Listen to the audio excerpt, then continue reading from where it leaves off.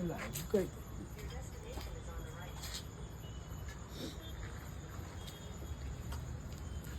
ಆ ಮೊದಲನೇ ಚಪ್ಪಲಿ ಕೆಳಗಡೆ ಮೆಟ್ಲಿಂದ ಮೊದಲನೇ ಚಪ್ಪಲಿ ಕೆಳಗೈತಾ. ಹಾಂ ನೋಡಿ ನಾಗರಹಾವಿನ ಮರಿ. ಅದೇ ಮಲಗಿತ್ತಂತೆ ಮ್ಯಾಟ್ ಮೇಲೆ. ಹೌದು ನೋಡಿ ಇದೇ ಥರ ತುಂಬ ಈ ಥರ ಅಲ್ಲೇ ಹಿಡಿದ್ರಲ್ವಾ ಟಾರ್ಚ್ ಆಫ್ ಮಾಡಿ. ಆಫ್ ಮಾಡ್ಲಾ? ಹಾಂ ಹೌದು. ಏನಾಗಿದೆ ಅಂದರೆ ಸ್ವಲ್ಪ ಮರಿಗಳು ಜಾಸ್ತಿ ಆಗಿದೆ. ಪ್ಲೀಸ್ ಈ ಥರ ಚಪ್ಪಲಿಗಳು ಬಿಡೋಕೆ ಹೋಗ್ಬಿಡಿ ನೆಕ್ಸ್ಟ್ ಟೈಮು. ಸ್ವಲ್ಪ ಆದಷ್ಟು ಒಳಗಡೆ ಬಿಟ್ಕೊಳ್ಳಿ, ಇಲ್ಲಾಂದರೆ ಚಪ್ಪಲಿ ಯಾವುದನ್ನ ಸ್ಟ್ಯಾಂಡು ರ್ಯಾಕು ಹಾಕ್ಕೊಳ್ಳಿ. ತುಂಬ ಸೇಫ್ಟಿ. ಯಾಕಂದರೆ ಒಂದು ಮರಿ ಸಿಕ್ಕಿದೆ ಅಂದರೆ ಇನ್ನೂ ಮರಿಗಳಿರ್ತವೆ. ತುಂಬ ಸೇಫ್ಟಿಯಿಂದ ಇರಿ. ನೋಡಿ ಎಷ್ಟು ಚೆನ್ನಾಗಿ ಹೆಡೆ ಬಿಚ್ಕೊಂಡು ಮಲಗಿದೆ ನಾನು. ಇಲ್ಲಿ ಶೆಡೆ ಎತ್ಕೊಂಡೆ ಮಲಗಿತ್ತ. ಹೌದು ನೋಡಿ ಹಿಂಗೆ ನೋಡಿ ಎಷ್ಟು ಚೆನ್ನಾಗಿದೆ. ಹೌದು ಏನಿಲ್ಲ ಅಂದರೆ 25 ಒಂದು 20-25 ದಿವಸದ ಮರಿ ಅಷ್ಟೇ. ಬನ್ನಿ ಮೇಡಮ್. ನಮಸ್ತೆ. ಅಲ್ಲೂ ಇಷ್ಟೇ ದಪ್ಪ ಆಯ್ತಾ ಸರ್ ಮೊನ್ನೆ?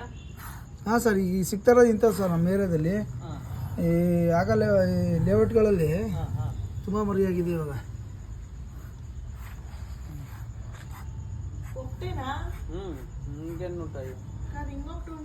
ಸರ್ ಡಬ್ಬದಲ್ಲಿ ಇಷ್ಟೊಂದಿವೆ.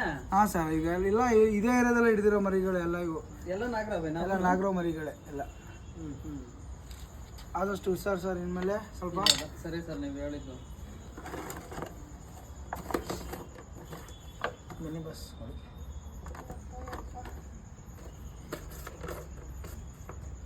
Madam ಹುಷಾರಾಗಿರಿ madam. ನೀವು ತುಂಬ ಸೇಫಾಗಿ ಈ ಚಪ್ಪಲಿಗಳು ಶೂಗಳು ಬಿಡೋಕೆ ಒಳಗಡೆ ಮಕ್ಕಳು ಒಳಗಡೆ ಬಿಟ್ಕೊಡಿ. ಯಾಕಂದರೆ ಒಂದು ಮರಿ ಇರಲ್ಲ, 15, 20, 30 ಮರಿಗಳಿರ್ತವೆ.